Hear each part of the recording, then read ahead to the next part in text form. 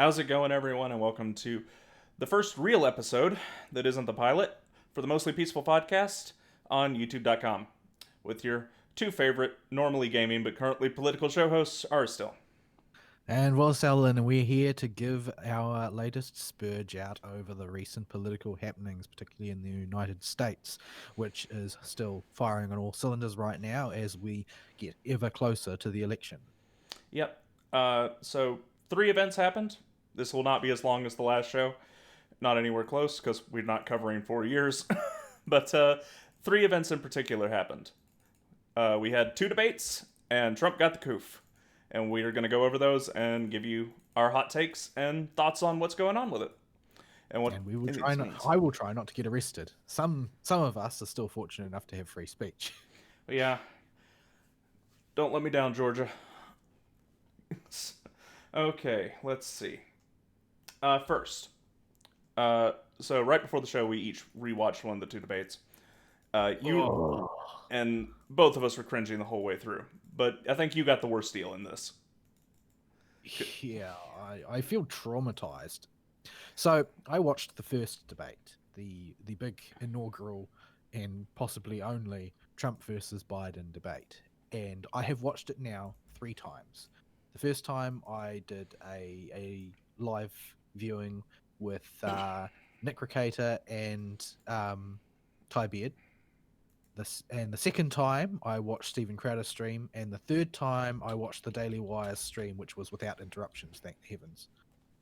Um, this was a traumatic experience. I think it was a traumatic experience for everyone involved. And this third time round, I tried to take notes, but I very quickly got so frustrated with it that I did not. I gave up after about the second topic because it was such a mess, and I think that's the casual takeaway from it, that most people will take away is that the whole thing was a mess, a disaster. Most people are not insane enough to watch it 3 times, so they probably won't look at the fine grained detail. Most people will tune out pretty quickly. I think if they watched it at all, I think that's going to be the predominant reaction, is people will tune it out. Um, the reason for this is that the subdued and stayed sort of organized tone lasts for about 15 minutes tops, and everything just starts to disintegrate rapidly from there.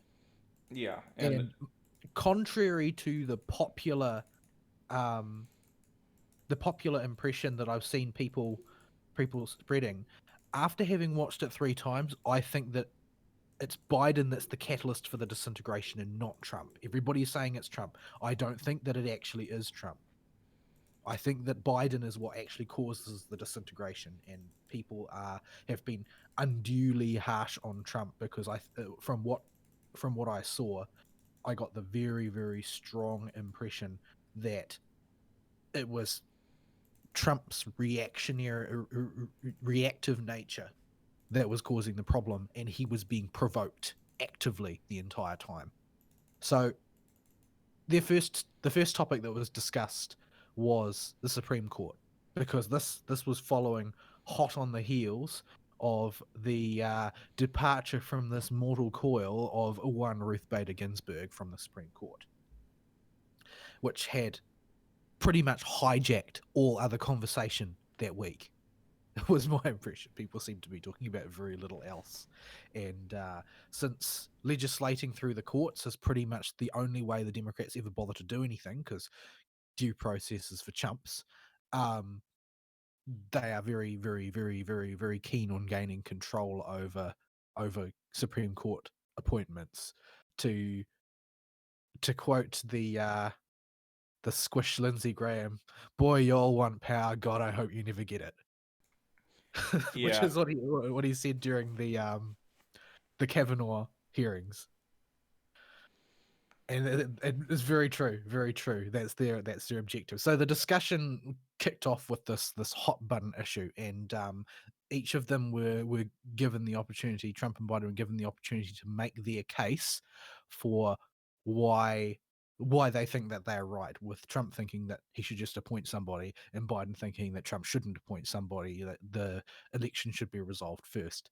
So And Trump made a very simple and brief argument in which he repeated himself several times, as the Trumpian dialectic usually does, um, saying that, well, he won the election in 2016, and one of the consequences of the election is that his administration is in power with the right and obligation to appoint a replacement on the Supreme Court, and that he's fairly confident that his opposition wouldn't hesitate if their positions were reversed.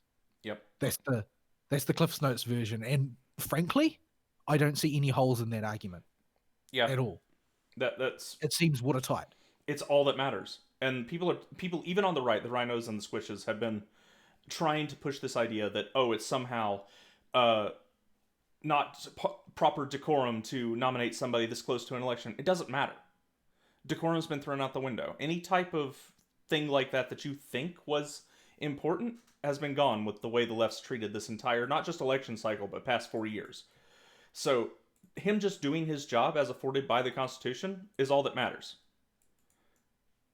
Yeah, there's no argument. I really don't think that there is. Like, either he was elected for 4 years or he wasn't. Yeah, he was not elected for 3 years and 10 months. He was elected for 4 years. He's allowed to exercise his powers as president until somebody else is inaugurated, and that is not him. And Right, so yeah, yeah, I don't think we really need to labor the point because it seems very, very straightforward to the it, point where I don't understand why there's even a discussion on the topic. I agree. So Biden, he had his chance to respond, and he said that the way people express their views is through elections, so it's not fair to appoint a nominee after people. And then this was the crux of his argument. He probably thought this was very clever, or his team did, was that the reason that Trump shouldn't appoint a Supreme Court justice is people have been casting early votes. So their vote was cast before the appointment process started, so they aren't able to make it an issue in the election for those people, which I think is a freaking stupid argument because I'm an early voter. I usually vote early. I think I've only voted on election day once. I Yeah. usually vote 1 week out. And I, generally speaking, don't approve of early voting. I do it usually because I've got a good reason. And that reason is usually extreme congestion at the places that I have to go to. Like the one time that I voted on election day was because I knew that I wasn't A, working that day, or B, that it was going to be a congested voting location. But normally I vote early, usually because I can't get to a polling place on election day. But generally speaking, as an early voter, as somebody who's in this position every election cycle, practically, since it's always on a Saturday and I work on Saturdays, when you vote early, you vote with full knowledge, taking responsibility for the fact that you cannot change your vote and that you are taking a risk that things will change in between now and the election. Yeah. So I cast my vote for the Conservative Party, knowing that they're not going to win. And if there comes out some scandal tomorrow that, the leader of the Conservative Party is actually, secretly an evil Marxist, well, sucks to be me. I voted for a Marxist now because I wanted to vote early. I have to take responsibility for whatever happens in between now and then. I cast my vote early with full understanding. So I don't see that as a valid argument in any way that, oh, this means that the election is underway, therefore all of the issues should be set in stone between now and then. If China declares war on the US, are they going to wait until resolving the election to determine the US's response? Yeah, I don't think so. that's a good point. If China did declare war on the U.S., we can't just sit around and wait for the Supreme Court to keep tallying votes while they play election games all the way until the mid-December or whenever the absolute deadline is. So they're gonna have to. Trump will have to respond, and if he does, and the left loses their mind about it, it would just be the dumbest thing in the world, and they know it. So it doesn't hold water when you switch it to something like nominating somebody for the Supreme Court. Yeah. So Biden, I think that he knows that this is a pretty gutless argument because this is just the procedure that happens all the time. The gears of state don't stop turning because there's an election on, and he knows it because goodness knows he's been in government long enough, nearly half a century, without accomplishing anything of note. So he segues from here into just sort of burbling about healthcare. Yeah, So it becomes obvious very quickly that, what the Democrats are thinking is making sure that all of their unconstitutional legislation that they've rammed through, in this case Obamacare, are not going to be perturbed. But Obamacare having already taken a huge amount of damage from the Trump administration, he's trying to use as this proves that we can't allow Trump to appoint a Supreme Court justice, not seeming to realize that argument is, I don't like the policies that the Trump administration has, therefore I don't want him to have the power to make decisions. Like, I'm sorry, if wishes were horses, beggars would ride, and just because you're the opposition doesn't mean you get to exert your power. That this sort of sets the tone for Biden's arguments throughout most of the debate, because the way he makes this point is to say that basically Trump is trying to take people's healthcare away, and this is how he argues against everything, every point that's made, rather than arguing on policy, which policy is better for doing what. His argument in every case is orange man bad, orange man bad, orange man bad, orange man bad. and they So love that angle where Orange Man is bad because he's taking something away from you, when in 99.9 repeating percent of cases, it's actually Trump is giving you the ability to choose again, rather than him explicitly removing any benefit you have right now, which is the case with healthcare. yeah, so he just burbles about healthcare and how Trump's taking it away and the Supreme Court's going to take it away and blah blah blah. And so Trump tries to rebut this and say, well, all that Biden is trying to do is use the Supreme Court equally to take away the private insurance deals that people wanted to keep. That's how they operate. So that he argues Trump's trying to take healthcare away, and Trump argues Biden's trying to take people's private insurance, private healthcare away that they wanted to keep and they didn't get to keep. And he follows us up by saying well, and this sets the tone for the early part of, I think Trump's quite effective against Biden here, saying that the reason that he wants to make the Supreme Court the issue is because he actually wants to force socialized healthcare on the country. And Biden Biden doesn't have a good argument against this, and Trump says, "Oh, well, the socialists in the Democrat Party are just going to dominate you if you get into power." And Biden delivers the legendary line, "I am the Democrat Party," and Trump delivers the legendary reply, "Harris doesn't think so." Yeah, that was a particularly well meme moment on the Donald. Uh, if I if I remembered it, I would have saved some of them, so we put them up on screen right now. I'll try to do that for future episodes because I get a significant amount of my news and impressions from the Donald these days. So in future, I'll try and save some of those memes. Uh, but yeah, that was one of the funnier ones in that whole debate. Sadly, this is the point at which the debate starts to completely implode.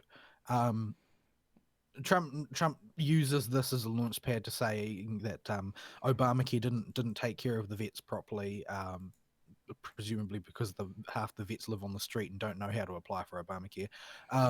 But he was going to have a plan to sort that out, and then they start to argue about COVID, and the moderator cuts Trump off and hands it over to Biden, who then starts to burble about Roe v. Wade. And and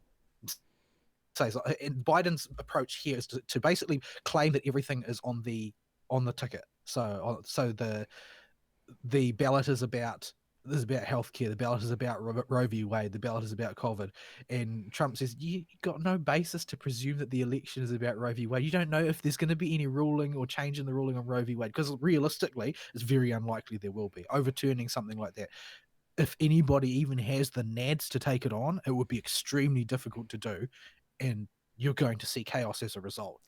I Yeah, still like it would be the moral thing to do to throw that decision back to the states so that at least some of the states can stand on morality, but it's going to be a tough road to hoe. So for Biden to claim that that Roe v. Wade itself is on the ballot is irrational. yeah. He has no reason to assert that. He It, can't do that. it And Trump points this straight out, and Wallace basically cuts him off. right there. He's not going to argue in that vein anymore. And this brings us to, I think, the most important point in the Trump v. Biden debate. This was not Trump v. Biden. This was Trump versus Chris Wallace, and Biden was also there. Also ran Biden, but so Wallace basically cuts Trump off there and launches into another discussion about healthcare, and basically starts volleying accusations at Trump that Trump has promised has promised that he's going to repeal and replace Obamacare, but where is your comprehensive health plan? And the silent question that should be asked there by everybody watching is, why should Trump present an equivalent to Obamacare? He's not Obama. So there's Yeah. not there's no reason why he has to address everything the same way that Obama does. And basically he and Trump then spend the next few minutes bickering over this while Biden sits there chuckling. Like Another, yeah, Biden's just literally sitting there going while Wallace and Trump argue. It's not a good look for anybody involved, really. yeah. So this is where the first point I had to get up and walk out when I watched it live. I was at my boss slash uncle's house because I work in a family business, and he invited me over to come watch the debates live with him. So I watched the Trump v. Biden debate with him, and I just had to get up and walk out and go pace in the office for a little bit because Chris Wallace was driving me insane, and I had to process. Oh boy, it's going to be one of these debates, ain't it? Yeah, it's really quite awful. There's not really any good way to put it. Wallace utterly beclowmed himself throughout this, and there's no way that you can. There's no way that a right thinking person, and I don't mean a right wing partisan, I mean somebody who is just watching what is being presented to them. When one of the debaters, one of the people on the stage, is constantly having sort of like chuckles with the moderator, which happens throughout the debate, that they sort of quip to each other. They're practically flirting with each other on stage. It's quite grotesque. That's not a good look. Anybody who looks at that is going to say, on her, is this moderator actually trying to convince people he's impartial? Because it looks an awful lot like all he's doing is trying to make sure that one side looks good and rescuing him when he gets in trouble. And that was 100% the case, and it got worse and worse and worse as time went on. So they opened up the discussion of healthcare, and Trump basically, in his Trumpian way, tried to explain that rather than trying to create some massive overweening state federal mandate that's going to administrate healthcare across the country, he was just going to work to try and bring down costs generally. And so he talks at length about how he's trying to do good deals to source cheaper insulin, cheaper pharmaceuticals, to basically put big pharma in their place and work around them to find suppliers who can, bring them the medicines people need into the country cheaply to avoid having to deal with the inflated costs. And how things are when you've got socialized medicine, the manufacturers realize that they can charge as much as they want. Yeah. Similarly, you can get the same thing occurring when you've got private healthcare, when you've got private insurance for healthcare, but only if the insurance companies start to trend towards duopolies and monopolies. As long as there are enough competitors in the market, you can usually drag those prices back down. But the socialized healthcare situation is the worst. That's why you get such poor quality care, even if the system seems like it should work, because everything costs a mint. It's the same reason education costs so much, tertiary education particularly. As long as there is a loan system in place, the money to pay the fees becomes guaranteed.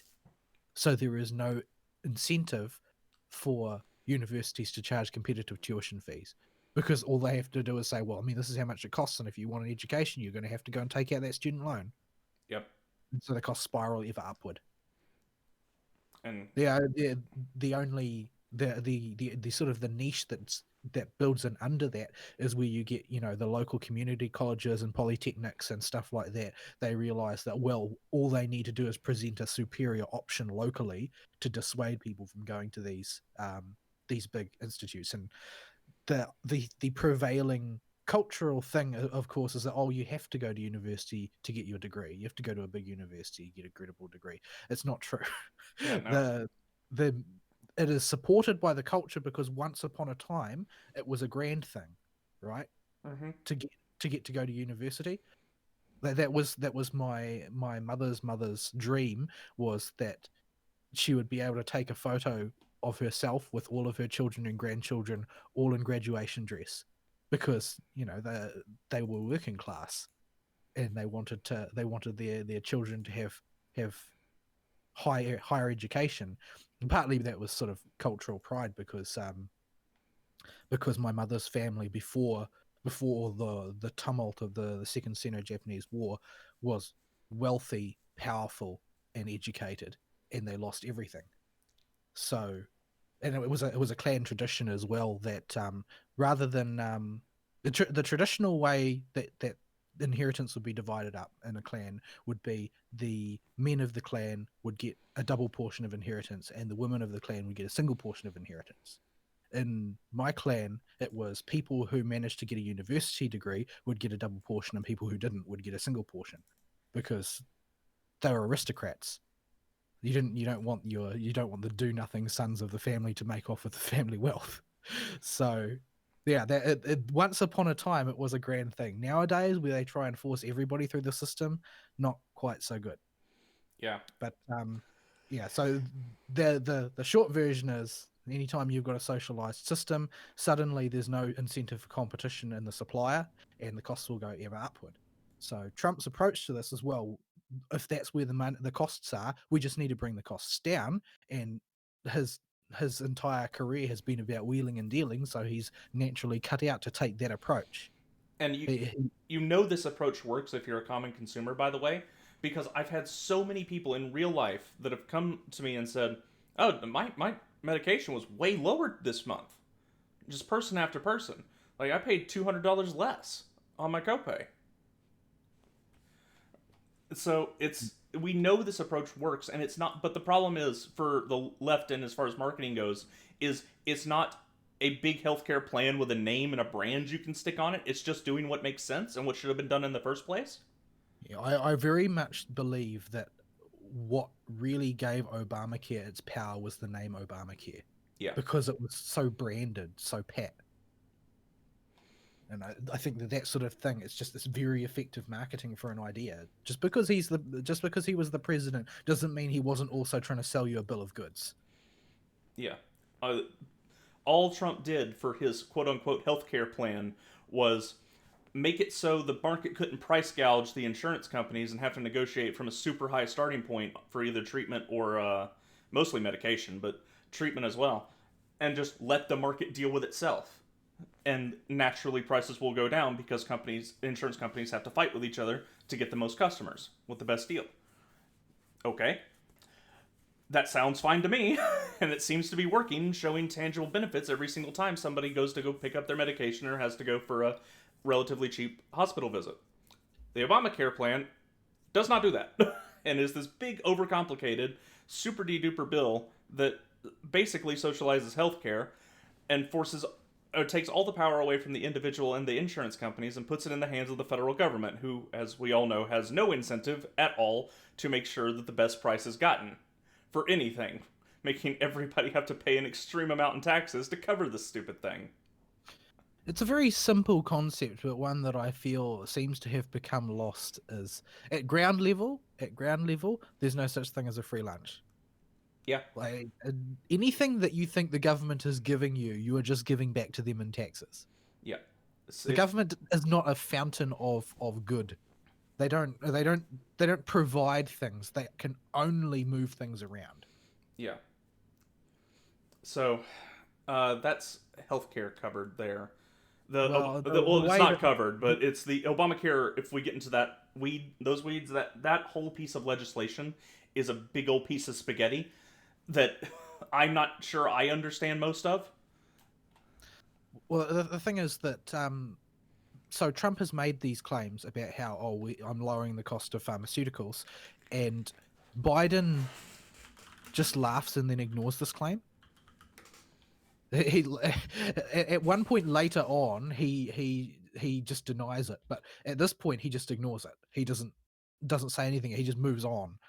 And so Trump, and then he starts burbling on about how replace he's going to replace Obamacare by restoring a public option, which only the poor people who are already on Medicaid are going to apply for, apparently. And he starts to burble about evil Republican governors preventing people from getting Medicaid and stuff like that. I'm not really sure of the dynamics of that situation, since I don't live in a state in the US with a governor that restricts Medicaid. But ultimately, he wants to force this public option onto people, which is the public option invariably turns into socialized healthcare eventually, because the system used to provide the public option becomes so bloated and provides that non-competitive niche so that as many companies as possible want to be profiting off of it. So Trump then says that if he offers a public option, all that's going to happen is that the progressive wing of his party is going to force him to turn it into Bernie Sanders' socialized healthcare. And Biden then says, "I beat Sanders, so I can do what I want," basically, which I'm sure made him lots of friends amongst the Bernie Bros. But Yeah, and that's another point with the debate I think we really need to touch on is if Trump accomplished anything in the debate, it was backing Biden into corners on positions in regards to his policies in the radical left. He does this again and again through police funding. He does it through healthcare, and several times in the debate he does this. He backs Biden into a corner where Biden has to publicly state a stance, which Biden doesn't ever want to do. yeah. So in response to Biden claiming that he beat Bernie Sanders, Trump just says, "Yeah, well, you beat him because Pocahontas," he literally calls her Pocahontas in the debate, "pulled out of the race and gave you her voters. That's the only reason." um, Biden really, like, this is where you first see Biden get really ticked off, and he's like, he rather than answering the claim or saying anything further about the topic, he then launches into this tirade where he literally states everything that Trump said is a lie, and as a result, it's not necessary for Biden to rebut him in the debate because everybody knows he's already lying. That's Projection. his argument. Yeah. His whole argument on that point was, because Trump is a liar, I need not actually rebut his argument. Everyone knows he's a liar, so I'm not going to bother. Yeah. And I mean, the thing is that a lot of people are going to buy that because it's what the media's been telling them for 4 years. But Trump tries to reply to this because he's a bit ticked off as well, but the moderator shuts him down and then throws it back to Biden. So, Well, then when we say the moderator shut Trump down, Trump let the moderator move on. He clearly would keep fighting for longer than Chris Wallace felt comfortable just because Chris Wallace was being a douche the whole time. yeah, I'm sure, but this is part of why I say that this is like the first really egregious instance of what I was saying about Biden is really the catalyst for this debate getting out of control, because over and over again when things start to disintegrate, it's always because Biden has said something utterly slanderous and Trump is incensed and wants to respond, and then the moderator tries to prevent him from doing so, and things start to fall apart. And this is the same pattern that it follows every time. This is not It's not actually, oh well, Trump is just bullying the old man like everybody was trying to present it as. It's always something that Biden says that's really incendiary. Like virtually everything that Biden says has nothing to do with policy and everything to do with unmitigated Trump bashing. Like his debate strategy really seems to lean pretty much exclusively on being fed orange man bad talking points by whoever's talking into the earpiece he totally wasn't wearing. Yeah. So yeah, it was pretty appalling. And then Trump tries to point out that Biden is also lying because he clearly had established a consensus on socialized healthcare, because they all put their hand up for socialized healthcare on the primaries. They were all for it, all of them. There weren't exceptions. They all wanted socialized healthcare, or at least they attested that they did. And then Biden, and then he points out Biden. This is another one of those times, but he points out Biden, you've just lost the left because you said you were for socialized healthcare and they were willing to back you because of that. And now you're saying, no, I'm not actually for socialized healthcare. So Bernie Bros ticked off again. So before he gets on a tear on this, basically Wallace gets in there and interferes again. And then Biden goes off on a tear about how Trump doesn't care about poor people, because if he did, he wouldn't have caused a recession by shutting down for COVID. Yeah. Yeah. Both of these debates have COVID as a point, and they both ticked me off with every answer that was given, especially from Biden and Harris. Although, well, Trump did okay and Pence did okay, but Biden and Harris particularly ticked me off with COVID responses because they're on record as being dead wrong at the start of Wu flu, and totally contradicting themselves now later. Did everybody forget that the Democrats were all unanimously trying to impeach Trump at the time, and he still advocated for early closing? Regardless of how stupid the Wu flu argument is and how overblown the threat of it is, they're trying to pin him as though he's done nothing when he acted not only before any of them, but while they were busy trying to throw him out of office. Yeah, none of that happened. The media's memory hold all of that. But yeah, so this is the first time he tries to make a point via COVID, and at this particular point in the debate, he seems to be taking the Trump never should have shut things down approach. Later on, he will adopt Trump didn't shut things down long enough. Then he will go back to Trump should never have shut things down, and then he'll go back to Trump should shut things down for longer. He just doesn't bother to stay consistent, because the only objective that he has is to decry whatever Trump did in every situation. Yep. Like, he is a non-entity in this debate. The politician Joe Biden and the policy platform held by Joe Biden are non-participants. This is just beat on the Trump and see if he can defend himself. That's their entire shtick. So at this point, since the Supreme Court seems to have become an issue with regards to healthcare, the question gets asked of Biden if he will pack the court, and he just straight up refuses to answer.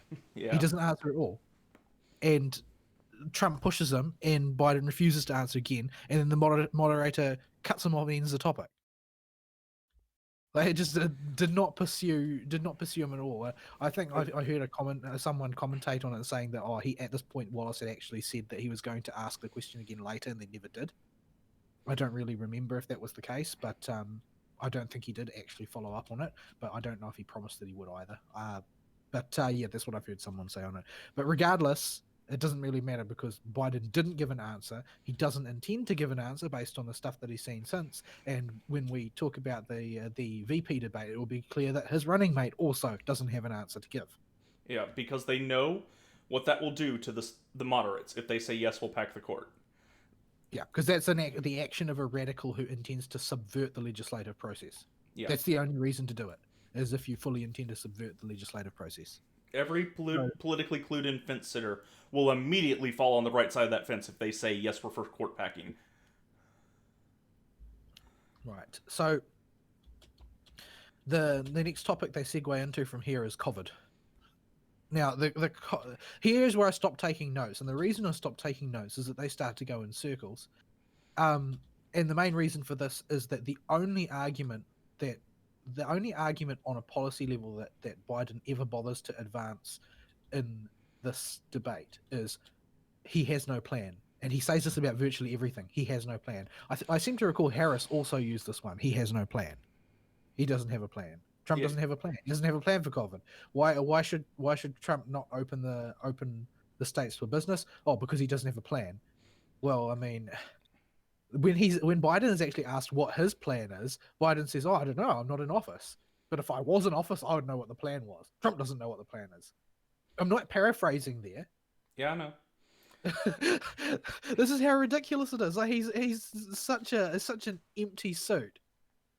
He hasn't thought about anything. Like, if if Biden was, a dyed in the wool socialist, but he actually had a plan in mind of how he planned to do things, as insane as it might be, at least that would be respectable because it meant that he was thinking about how to accomplish something. On this count, even AOC is more respectable than Joe Biden because AOC is a total ignoramus with ideas that are dangerously insane, but at least she thinks she's going to be helping. I don't think Joe Biden cares at all. Yeah, it's it's not worth pointing out that A, they're lying, and B, they're hypocrites, because that's going to be a running theme for every single question from here on, including the VP debates. But so I really don't know what to say about what they're saying with COVID. And well, Pence has a much better answer during the VP debate that we'll get to later. But Trump is very incensed that Biden's saying, "You don't have a plan. You don't have a plan," and Chris Wallace is going, "Yeah, you don't have a plan." And he's like, "Wait. We set up we listened to Fauci and et cetera, from what I remember." Yeah. And Yeah, he does that. He says, "Well, I listened to the experts. I did what the experts said, and every time the thing is that when you get over, if you lay aside the emotion that is in all of the participants' voices and just look at, like, if you read this as a transcript, you would just see Trump thrashing Biden over and over again. Like, this is just the presentation is terrible because Biden is deliberately being incendiary, or he's too dumb to know that he's being incendiary. Either could be the case. And Trump is reacting to it because he is being insulted. And yeah, in some cases directly, like Biden calls him a clown, Biden calls him the worst president the country has ever had, Biden calls him a racist. Biden is just slapping over and over again. Biden is doing what everyone on the left accuses Trump of doing in debate. yeah, And Trump is, well, I mean, they're projecting, obviously. And Trump is reacting angrily because not only is he being insulted by his debating opponent, but the moderator is letting that happen, then cutting him off from the opportunity to respond over and over again. yeah. And we didn't touch on whenever Wallace presents a question to Trump, he always slants it with an angle for Biden to play an Orange Man bad headline as an attack, and then does not let Trump defend himself after Biden takes a shot at him. This is consistent with every single question, and it shows just how bad Chris Wallace was in this debate. He had a total meltdown later, several days after the debate, on live on air, that where he just lost his mind because people were calling him out for being a bad moderator. Everybody that was not a diehard lefty was like, "Wallace, what were you doing? That was awful." Yeah, like I saw Megyn Kelly was somewhat sympathetic to Chris Wallace, but it was sort of like very grudging sympathy, probably only because she's been in similar positions before and also done a hash job of it. But But yeah, his own I colleagues at haven't Fox seen a News lot of were. sympathy for the guy, to be quite blunt. He doesn't deserve any. Even his own colleagues at Fox News were calling him out on Twitter.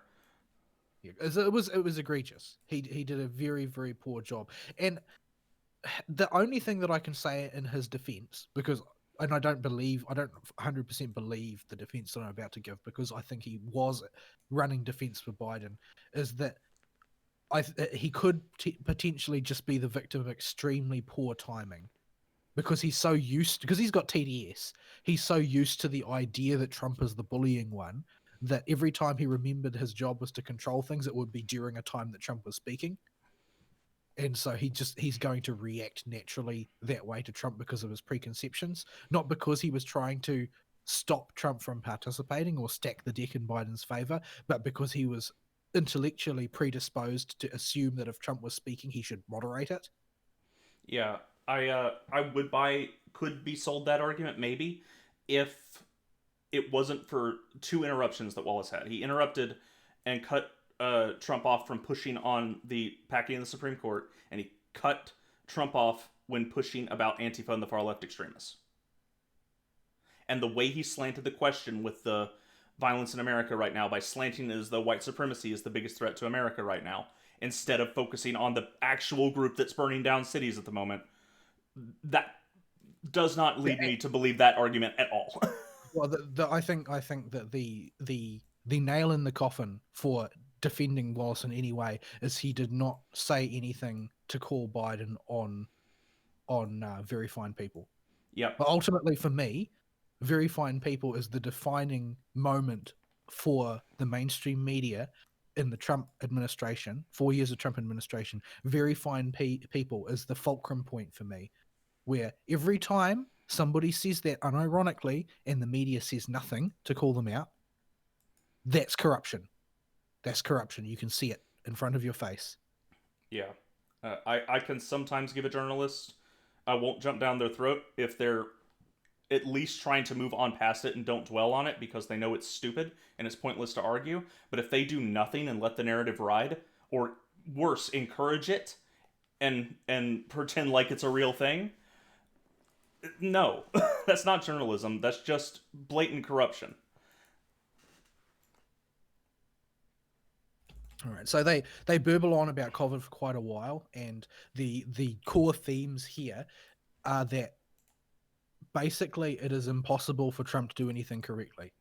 This is the core theme, is that if Trump holds a rally outside, socially distanced, it's not good enough. They should all be wearing masks outside. They're all If peaceful protests anyway. Peaceful protests for free speech. if if if if Trump claims that the experts have changed their mind on something over the course of the pandemic, that's memory hold. It never happened. Fauci has been 100% consistent the entire time and has never changed his mind on any topic. I mean, I hear recently they've started the World Health Organization has started to go down on lockdowns. Like they're saying stop doing lockdowns. Stop it. No more lockdowns. And all of a sudden, people aren't interested in what the World Health Organization has to say anymore. Yeah. The media is just ignoring them now because they've changed the narrative and it's not the one they want. Yeah. So Because I mean, what happens if all the world's economies open up immediately before the election and the stock market surges and everybody goes back to work? yeah, they don't want that to happen. They want this depression from the lockdowns to extend into and through the election so that people look at their current state and go, well, this is with Trump, so I guess I'll vote for the other guy. Not and hope that the low information voters are lower information enough that they don't realize that the lockdowns are from their government, their state government, and their local city governments, not Trump.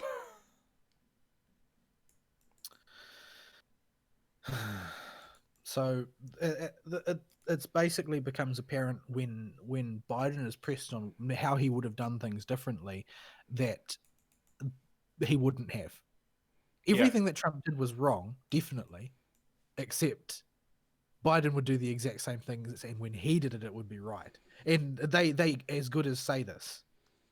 Yep. And Trump's response was mostly trying to fight back against accusations that were made during the COVID thing. Pence had a much better response when this similar question was asked of him and Harris. So I'll save that for there. But this was a good opportunity for him to hit back, but he was just too busy defending himself because of the blatant slanting of the question and Biden just going, look at how bad a job Trump did. Well, the thing is that Biden's keystone here was that he said Trump has no plan, and then he lays out Trump's plan, claiming that it's something that he would have done instead, and Trump didn't do this, even though he's just reciting what Trump did. And then he accuses Trump of spending the COVID pandemic hiding down in a bunker and keeping the country shut down instead of reopening. Like, how is Trump supposed to respond to that? Yeah, I'd be thrown for a loop with a lie that brazen thrown in my face too.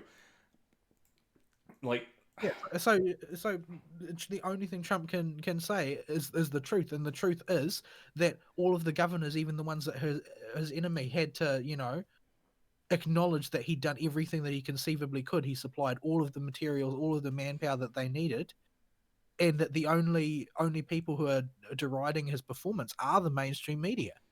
mm-hmm. Remember the boat, the medical boat that they're Yeah, like, it won't show huge up. medical boat. The media was totally losing their mind. There's no way he can get that whole uh, boat hospital out there in like however many weeks they expected. It'll take at least 2 or 3 weeks, and he got it out there in less than a week. Yeah, and he had the likes of Cuomo and I can't remember the guy Newsom and all of that. They were all congratulating on him despite their differences. He'd done everything that they had asked as far as supplying the things that they needed, and realistically, nobody has suggested anything superior at any point to the decisions that Trump has made. Even in retrospect, nobody's had any better ideas. Period. Yep, and a lot of that is because Trump's whole COVID policy was federal government's here if you need us, dudes. Up to you to decide what's best for your state. Yeah, and so the states they listen to whatever experts they prefer, and then they take the actions that they think are appropriate. And Trump just sits there in DC and administrates anything on the federal level. He funnels perilous amounts of money to the places that need it.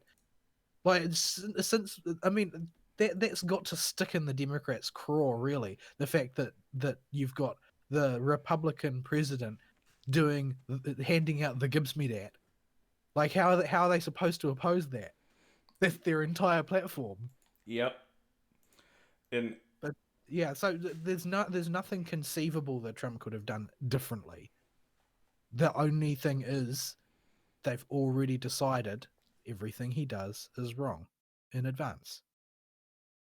yep, it's. I wish I had more to elaborate on the points you're making, but they're really just the stuff that was being said was so shallow by Biden and so blatantly lies. Same with camel hair later.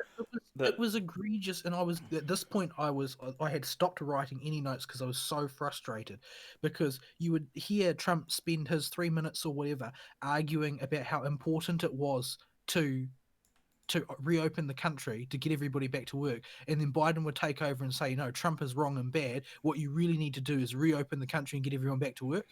yep, and then Wallace would And say, wait a minute, Mr. President, you can't interrupt Biden. yeah, the whole thing was a farce. It was a complete farce. Biden didn't say anything of any substance. It was really appalling. The only thing he did was sling crass insults constantly. Like people would say that Trump always insults his opponents. Biden was worse by a full order of magnitude. Everything was Trump doesn't know what he's talking about. Trump is the worst president ever. Trump is a clown. Trump is a moron. Trump doesn't know anything.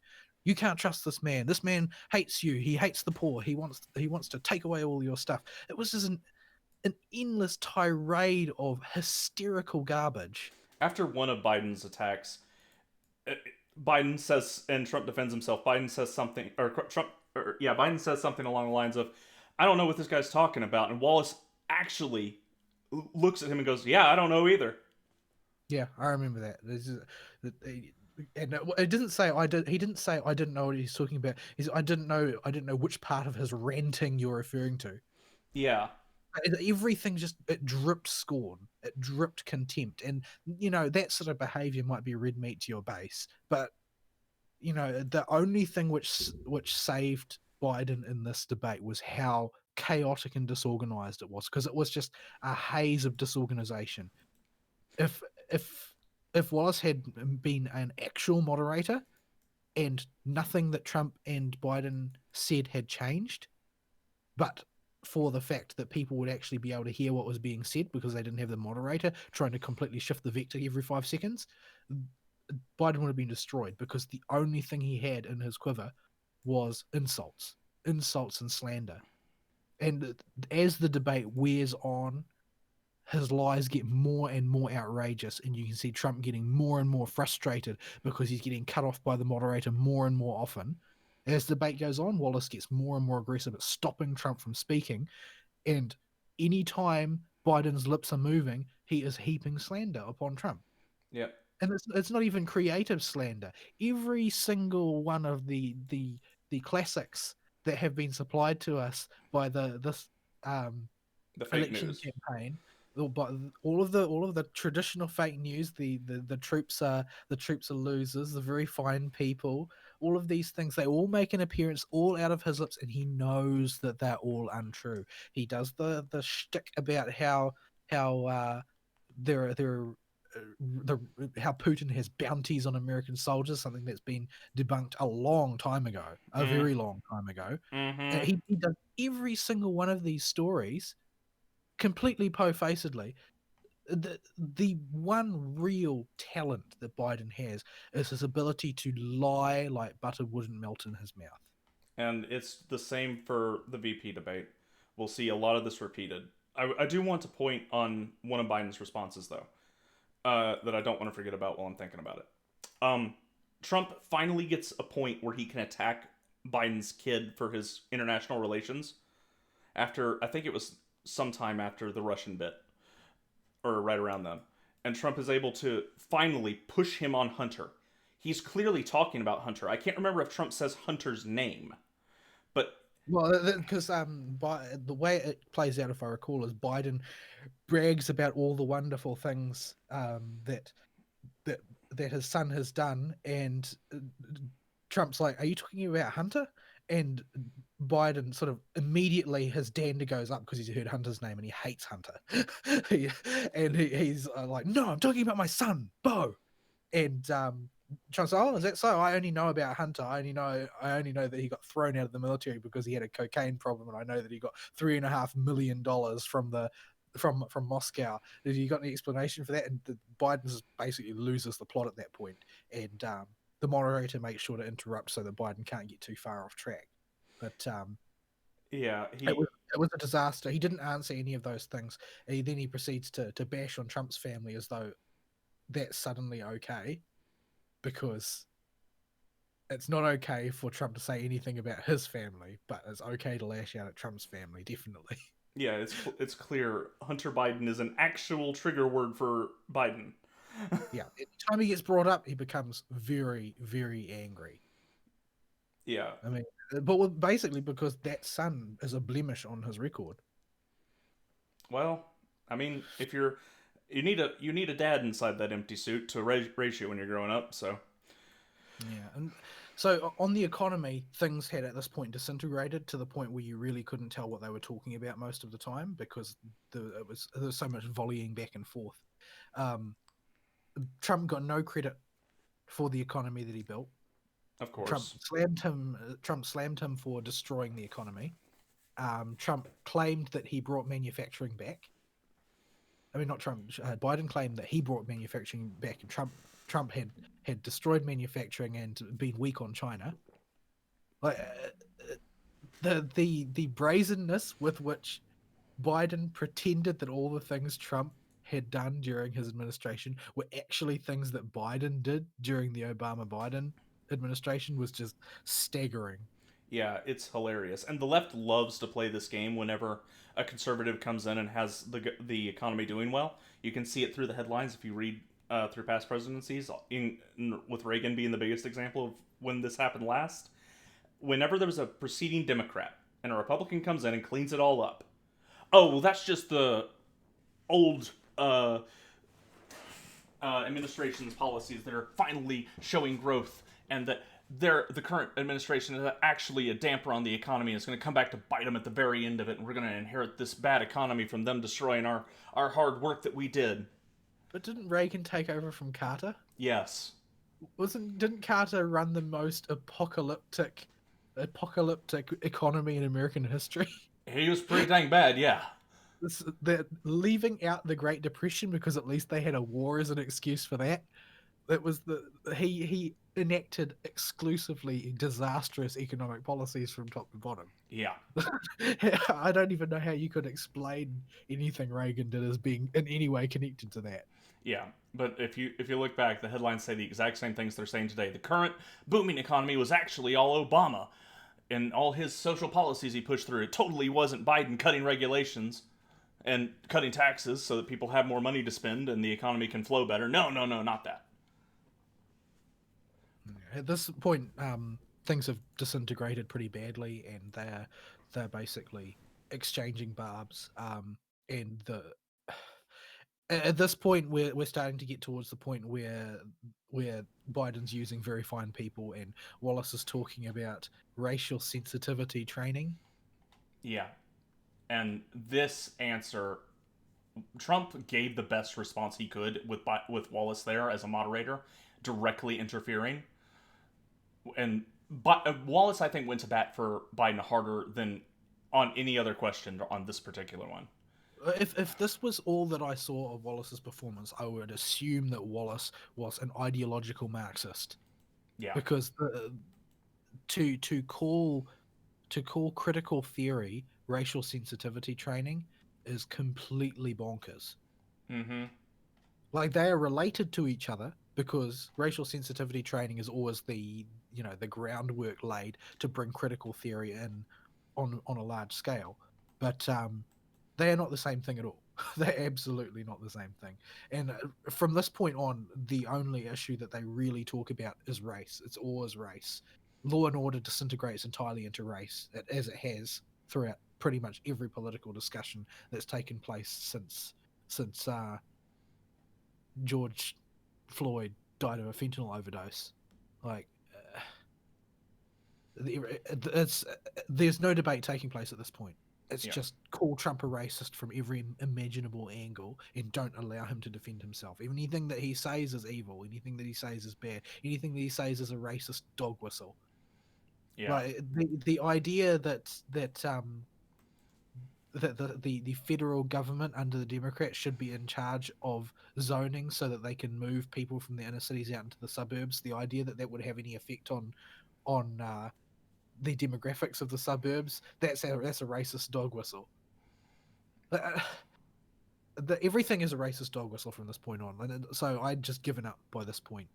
This is my third watch after all. I'm thoroughly sick to death of Biden and Wallace at this point. But yeah, so things have basically disintegrated. I'm not really sure that there's anything worth talking about from this point on. I mean, there's the discussion over mail-in ballots and that sort of thing.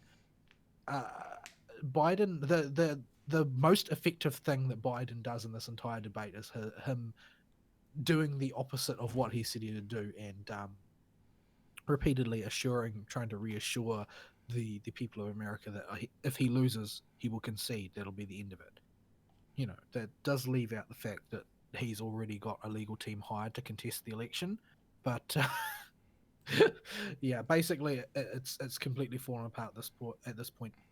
Biden brazenly asserts every instance that Trump brings of a story of ballots, mail ballots being found discarded in creeks and rubbish bins and that sort of thing. The story about Ilhan Omar's um, vote harvesting, all that stuff. But every time he brings up one of these things, Biden straight up says that's a lie. He's telling lies to you. Mm-hmm. And Chris Wallace goes to bat for him.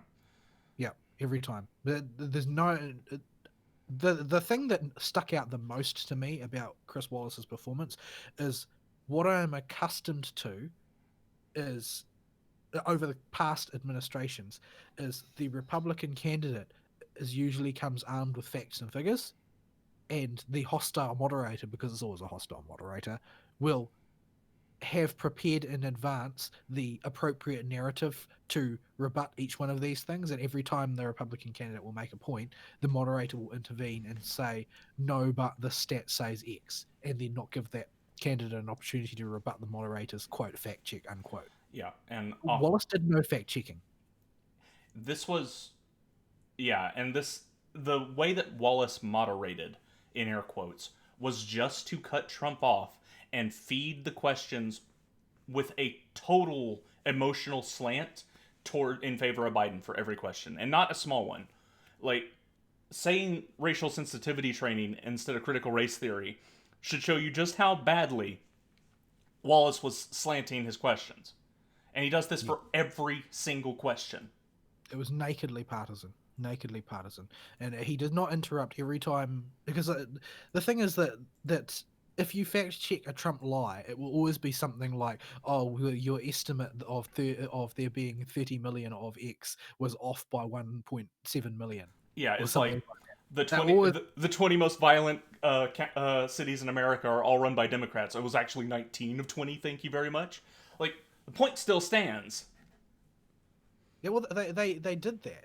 They did that exact thing. I know, that's why I used it. I think they had. I think the only example that they could come up with for a rise in violence in a Republican-run city was Tulsa. Yeah, which is in Arizona, which is currently being infected and infiltrated by a whole lot of Democrats in the upper echelons of government, and how they cheated last election to get a Democrat senator. And it's blatant cheating. I think Razorfist actually covered this, and I did some digging, and he was actually pretty right on this one. Don't they also have pretty severe immigration problems? Oh yeah, they're right on the border. Yeah. To So get I to mean, California, the illegal aliens have to go through Arizona. right. So basically, they've got every reason one could imagine to have a disproportionate amount of crime issues in in the current environment. But laying all that reasoning aside, Trump responds to that, and he says quite simply, "Well, I mean, you can bring up one or two examples but that won't change the situation in Chicago," which I think is very true Yeah, because Chicago's a freaking disaster area. yeah. We have ample evidence in front of our eyeballs that we're not allowed to trust. Can't trust our lying eyes.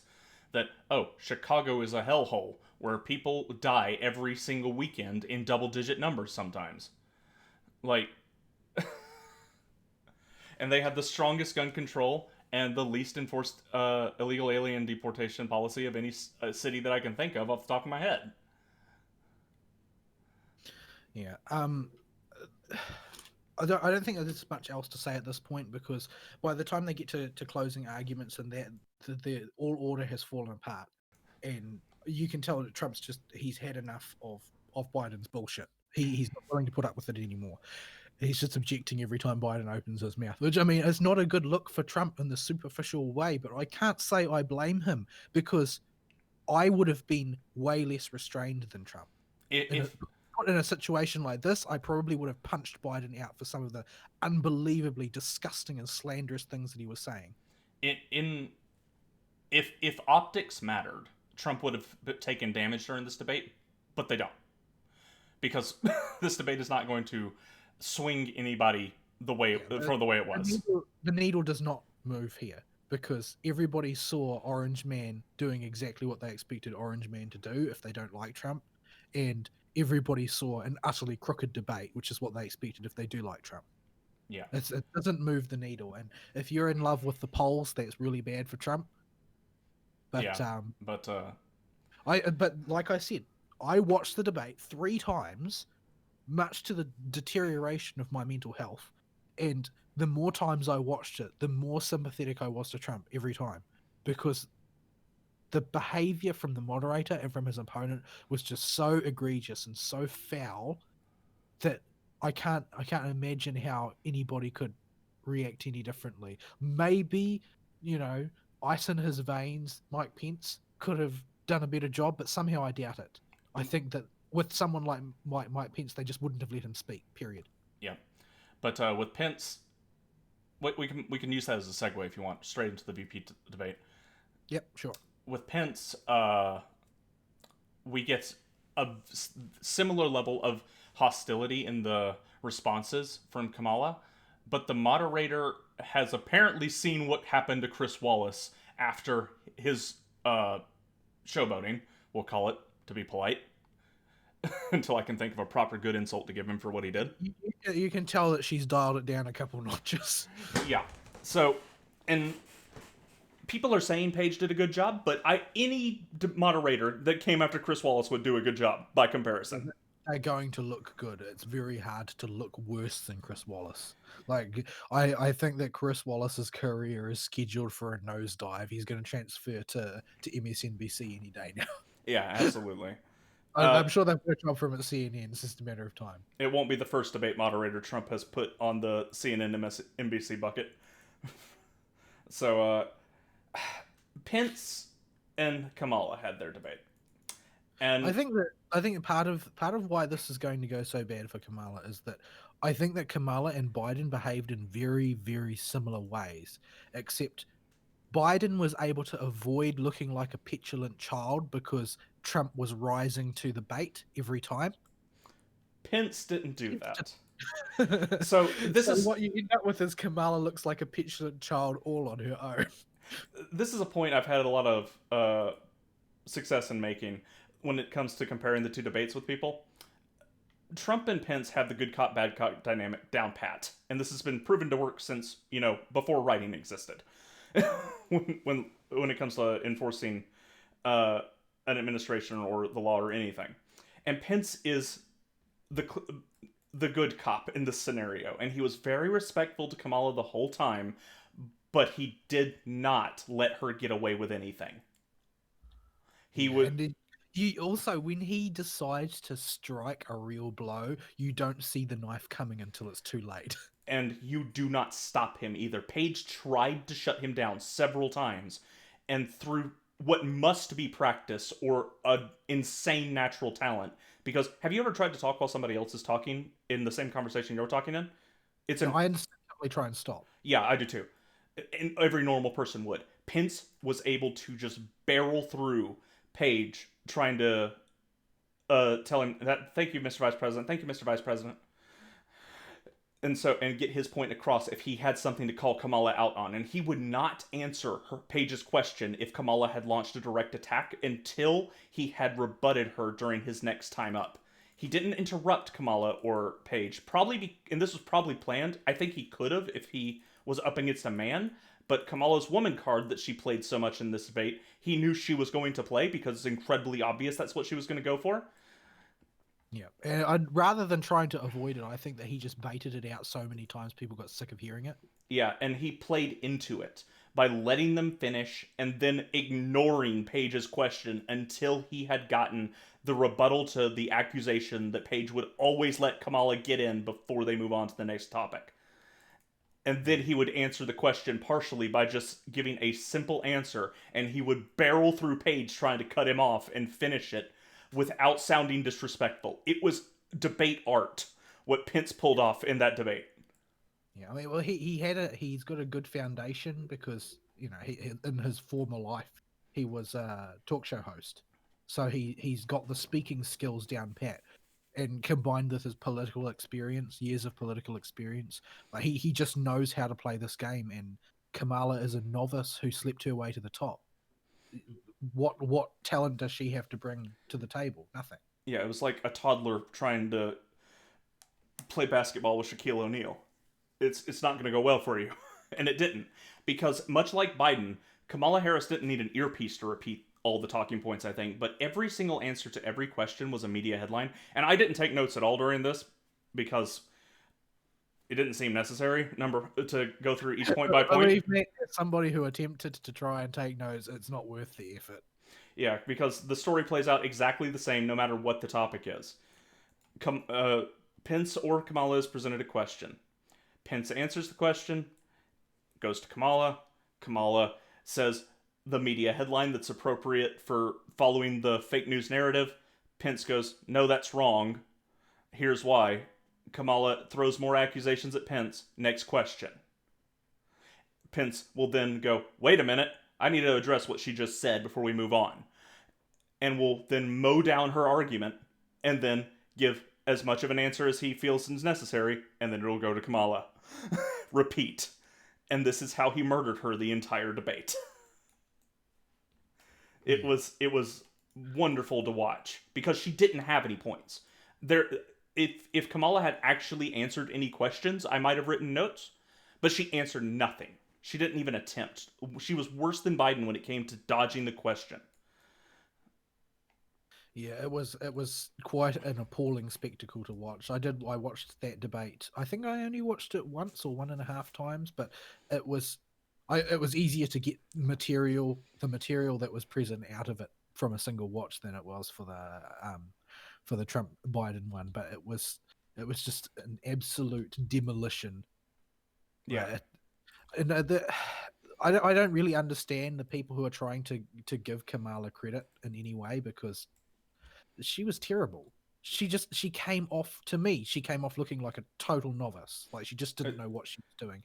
It went bad for them. Rather than actually practiced. Yeah. The debate had no way they could spin it to make it look good for themselves when the only headlines that day were about the stupid fly that landed on Mike Pence's head for a little bit. Yeah, so this was the way that the media decided to handle it. At some point late in the debate, I think it was, a fly, conventional house fly, just happened to land on Mike Pence's head, and since his head is snow white, you can see it quite easily. And this was apparently the most interesting thing to everybody in the media that could possibly have happened because it's all that the media were talking about. All the major outlets, New York Times and so on, they were all talking about the fly. Oh, how great the fly! The fly really won the debate. Thinking that they're so glib and clever, but But yeah, I the didn't. reason why they did that is because they kind of needed to. Yeah, I did not watch this debate live. I was dealing with real life stuff during the time it was going on, and so I came back down. I got home and I came down to my office, and I am flipping through the headlines to get a general idea how it went before I watched the debate. And I only see news about the fly. I'm like, oh, Pence destroyed her, Didn't he? And sure enough, that's exactly what happened. And yeah, the Pence had much better answers because he's more set for the debate format than Trump did. It just plays better, but that's Pence's role. That's the reason he was picked as VP. He knows how to navigate the swamp. Yeah, He, and it was more like it's not like his answers were different to Trump's; they just weren't in Trumpese. yeah, He was basically serving as a translator. yeah. And my favorite one was how much Trump. It showed that Trump is rubbing off on him in a good way, where his response to the COVID question was the moderator presented it very similarly to how Wallace did, and Pence said, "You know, Biden has a Biden's plan sounds a whole lot like Trump's plan, and Biden should know a lot about copying things because he's used to plagiarism after all." Referencing that he plagiarized several people I'm in afraid Canada. you just don't deliver it quite as well as Pence did. I don't. Yeah, I wish I had the quote in front of my face. I would have just read it as it was. But it's something along those lines. And I did not expect him to make a joke. And this was fairly early in the debate. I thought this happened earlier today. I'd forgotten how early it was in the debate when he made this quip. Because he's such a stiff, it actually makes it more effective. Like, I really think that It, it as part of that, you don't see the knife coming thing. it's like in a show with a comic relief character and a straight man.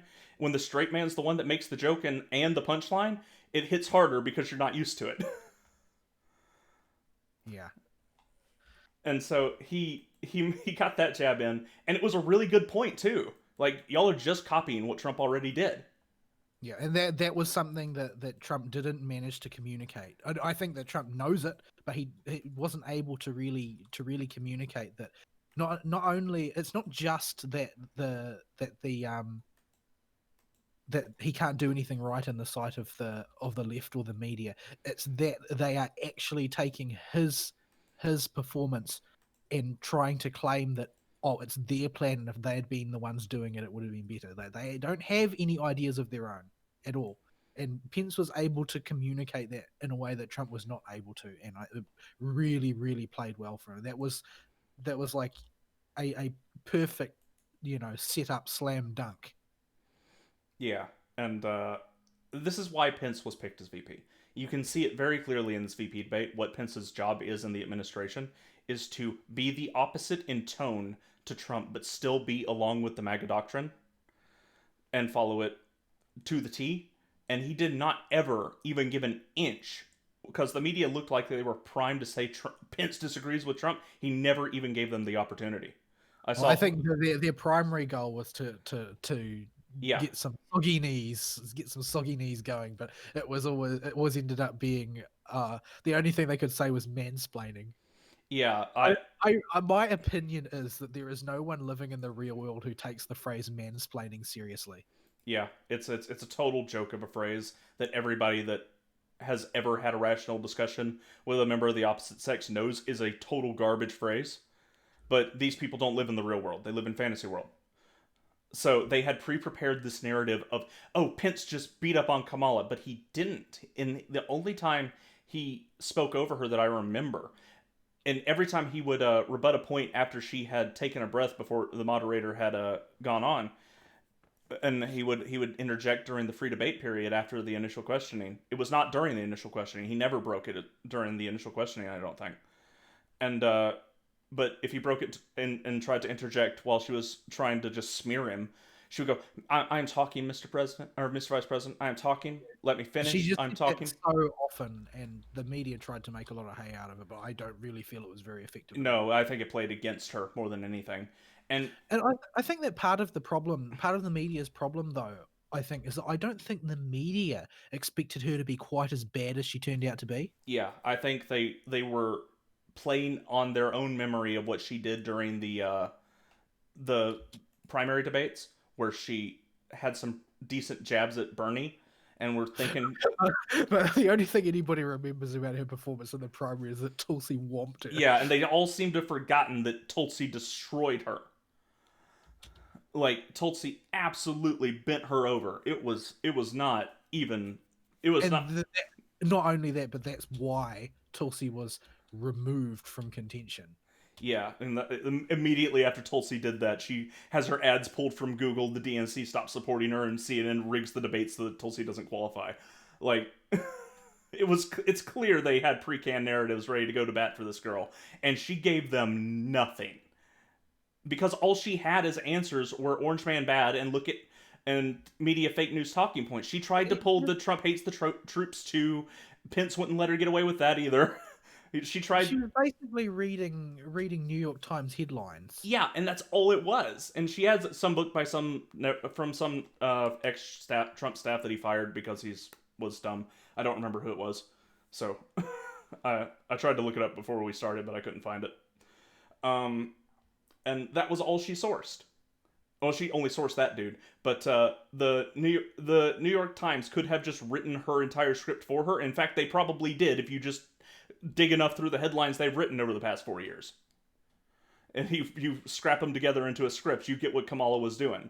She did not have any substance to anything she said, and she would just say, "Oh, the Trump administration hates the American people because of X reason X," and Pence would be like, "No, actually, we did this."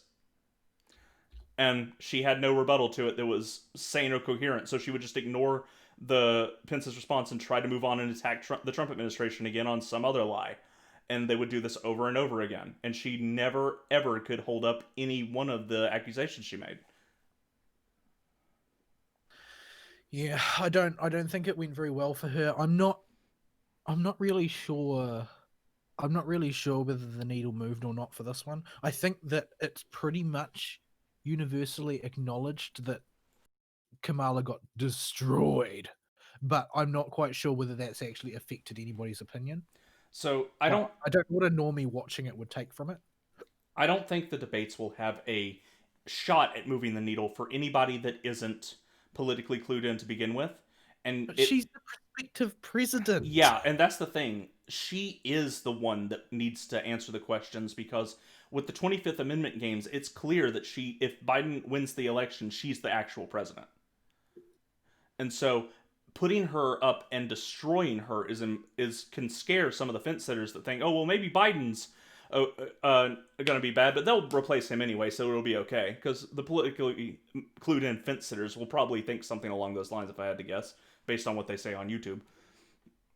So, but the way Pence handled her in that debate and the way she showed she can only repeat headlines probably lost a few in the middle. Yeah, like I think that a casual watcher who might, while they're not necessarily, let's say they're not politically canny, I think that the casual watcher would still come away with the conclusion, no, this one she's not ready for prime time. Yeah, like the She can't. unless they believe enough of the fake news lies, which they might very well believe quite a few of because they're centrist fence sitters, and nobody can be a centrist in the current political climate unless they believe some of the lies about the Trump administration. Then there's no way you can look at that and go, yeah, that's okay. I can be okay with that as president. She just got demolished. And I would say she had these ideas that were really bad. And Paige even jumped in. The one time she came against Kamala in a slant was and during a question to Kamala, she goes, and your campaign website lists the Green New Deal, which you were a co-sponsor of, as influence on its ecological policies or something like that. Yeah, that was it was very in terms of environmental policy, she really looked like a deer in the headlights at that point when she realized that this this moderator cares more about her career than Kamala's victory. Yeah, and She doesn't want to end up like Wallace, and so she's going to at least twist the knife on something that would be inexcusable for her not to. And since the Green New Deal is already an issue that has been raised, it was ripe for this type of treatment. yeah, and this was a real painful question for her to get through, and she, as usual, didn't answer it and deflected and accused the Trump administration of something. I forget what exactly it was because it's not relevant. Because the exact same scenario played out again, where Pence was like, "No, that didn't happen. Actually, this happened." And Pence actually gave a really good general. When you take his answer in aggregate on the environment, it was a very, very good answer. You can clearly hear he wanted to say that it doesn't matter if climate control is man-made. We have things we can do to deal with the effects of it, and we will get through it because we're humans. But he gave that in a way that was palatable to people who actually believe the global warming hoax. Yeah, it's kind of a frustrating thing because I feel like the climate change thing, it operates in exactly the same way that COVID does in political terms. Yeah, And it, that it's just loosey goosey enough that people can't get a handle on it, but are afraid to dismiss it, yeah, and that fear leads them to draw poor conclusions a lot of the time. yeah.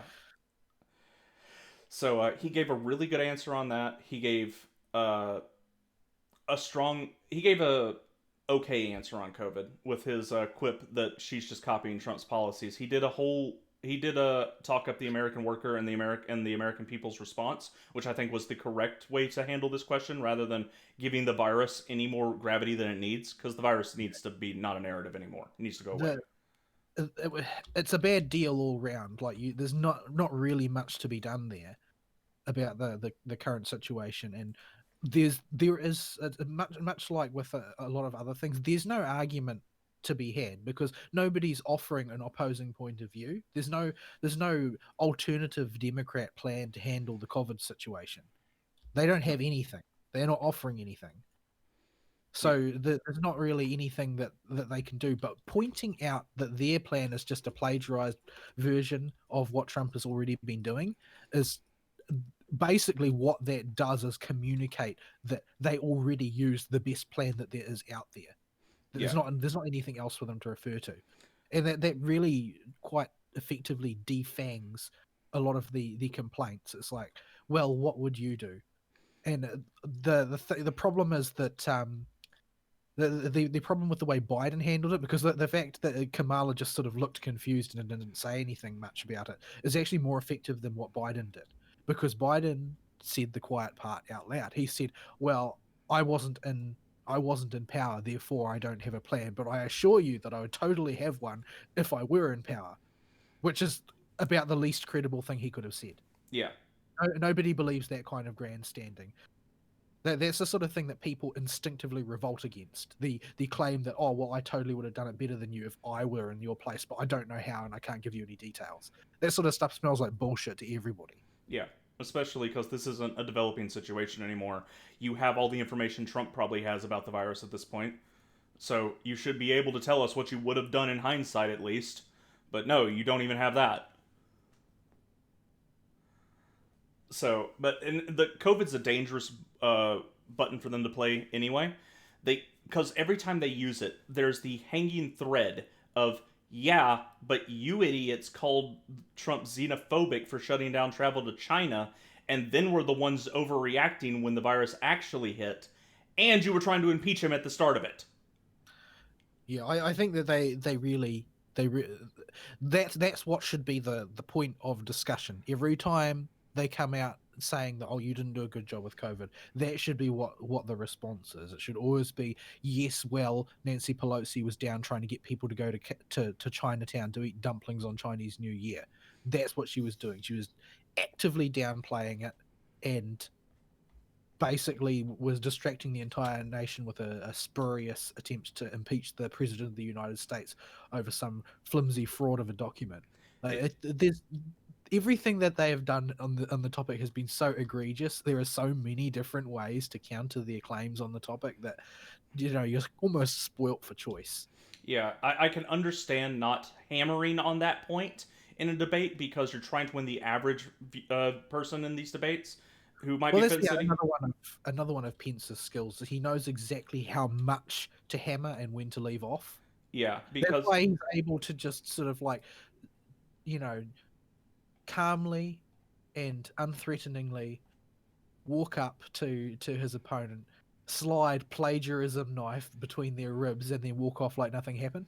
yeah, He knows when to hit and then when to just move off in an inconspicuous fashion, and nobody knows what's happened until it's already over. and will be very interested in the rhetoric of the Trump campaign when they are not constrained by having to play to the moderates after the election, because there's a whole lot of things that clearly need to be said about the Black Lives Matter George Floyd situation and the riots, and a whole lot of things that need to be said about COVID that you cannot say right now because it is political suicide. Yeah. So I will be very interested post election, no matter who wins, to see what the rhetoric coming from those that are still in or were a part of the Trump administration after the election has happened. Yeah, I don't know. I'm even I'm affected by the polls, is what I'm finding. Like the it's not that I think the polls are infallible or anything, but that constant drumbeat of the only message you ever hear is, oh well, look how bad the polls are for Trump. Even though I only have a limited amount of stock that I'm going to put in something so crooked, having to hear it over and over again still has a wearing effect. Yeah, and I this is why I rag on Ben Shapiro so much, because he puts way too much credit into these polls, and Clavin does too. Not nearly as bad as Ben does, but Ben loves these polls. Eh, Well, I think Clavin is cynical enough not to trust anybody, but Ben has an unhealthy addiction to facts and figures. Yeah, he treats this like a game of statistics rather than politics, which is the opposite of his coworker Knowles, and it's probably why we like Knowles better. Well, the thing, Knowles tends to operate on general principles, and being a conservative, he tends to use history as his benchmark rather than statistics. Yeah, And I think that in the case of Shapiro, he's got polls on the brain too much. He doesn't really know how to put that aside and look at the realities of a situation, because there's all these delicious numbers to look at. yeah.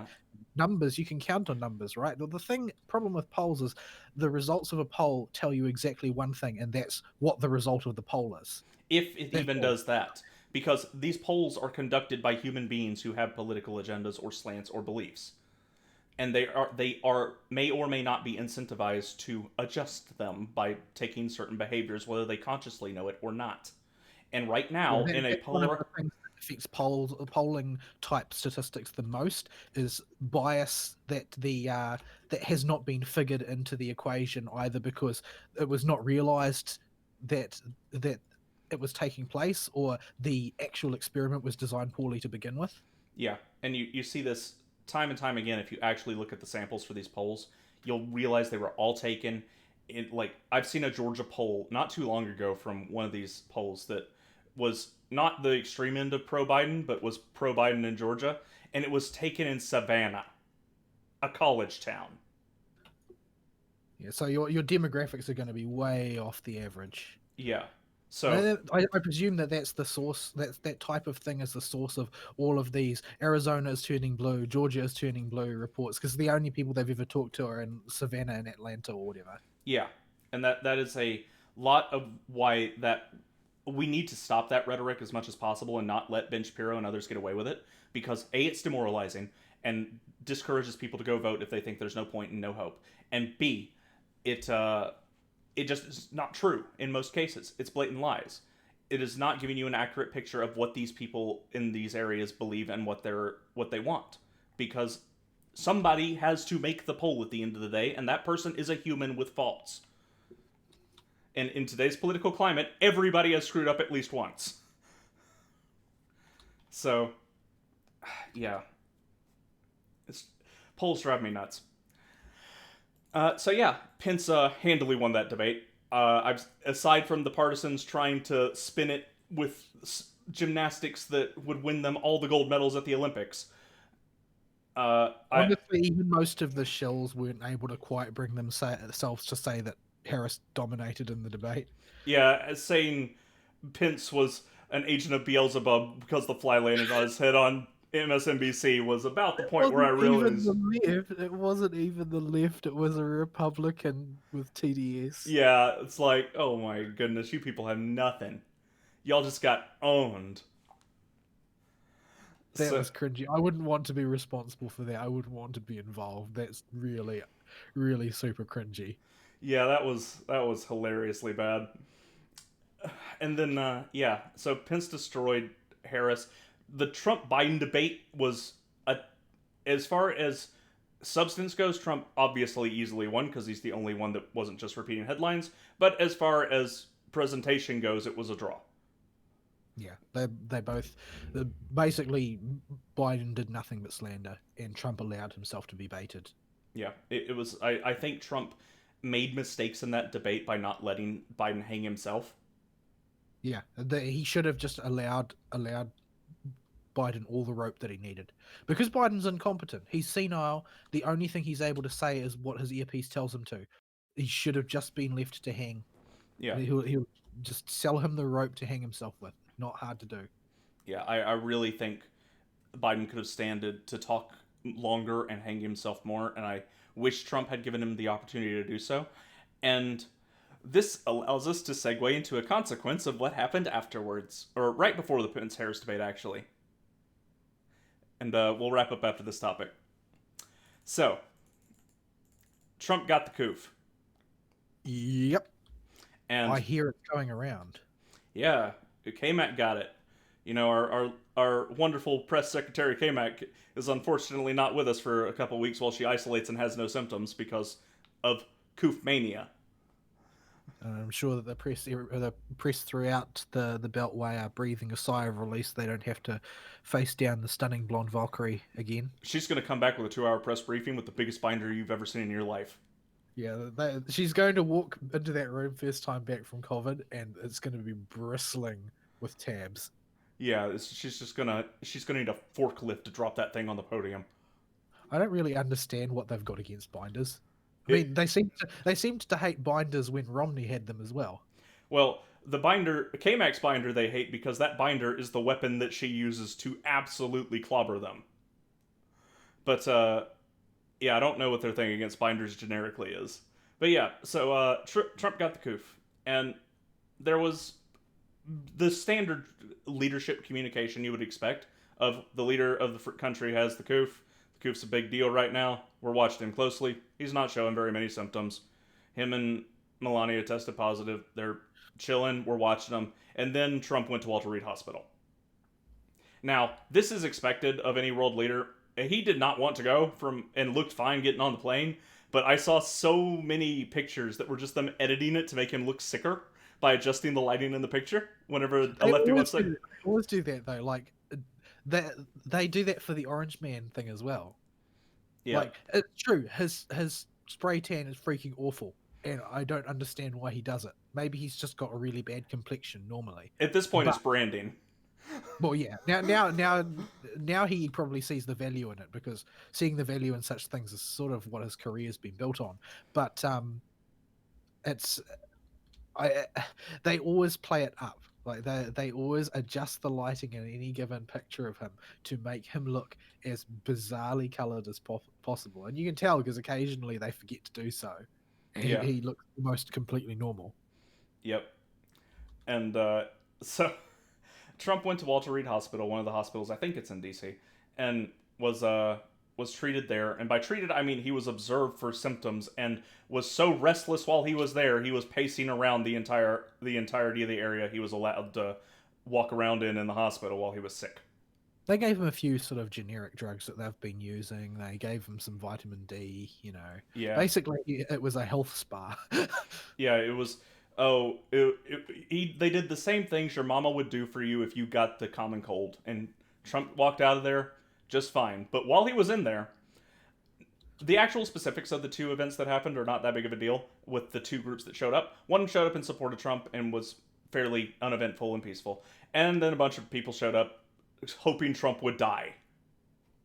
Yeah, it's predictable, but worth mentioning, I suppose, that Twitter was basically melting down the entire time that Trump was in hospital. And they're sitting there acting like him actually going to the hospital means the coof had infected him to a point where it's now going to kill him, and it's worse than they think, and they're covering things up, and they're still playing this narrative to this day, which is the 12th of October. Everyone keeps writing articles and op-eds about the 25th Amendment at this point. Yeah, he's. Why aren't they telling us everything about his health? Because there's nothing to tell you. He's fine. He walked out of there and was acting like normal after a day. And I hope this has pushed him to really hit back on this COVID narrative after the election. Because I'm sick of it. And he came out of there. I think people are taking that from it regardless. Like the normal people, the common people, are taking that from it regardless. And he made some pretty solid key addresses when he got out and that type of thing. Like, he said, "Don't be afraid of the virus." Basically, really strong messages like that. That's the type of thing that I expect from a leader. That type of rhetoric is what I expect from a leader. I don't expect the cowardly, simpering bullcrap that you get out of the likes of Obama and Joe Biden. That I want the leader to appear strong in front of all the other leaders in the world so that they don't screw with us, sort of thing. Yeah. Which is why, one of the many reasons why I'm so offended by Jacinda Ardern, because she acts like a kindergarten teacher 99% of the time, and a fascist lunatic the other 1% of the time. But yeah, I think that his messaging and his imagery was good. His pointedly taking off his mask when he triumphantly returned to the White House, I think that was a good message. Although the entire mainstream media disagrees about that, and they went into hysterics over it. Yeah, it was hilarious. For his base, that was his deep base, like the Donald, etc. That was a rallying point. They loved that he took that mask off. And then there was they made a little video of him returning on the helicopter to the White House. And, what about the pilot? The media cries. And also I saw that they had recut it. They had cut it alongside one of Hitler's propaganda videos. Mm-hmm.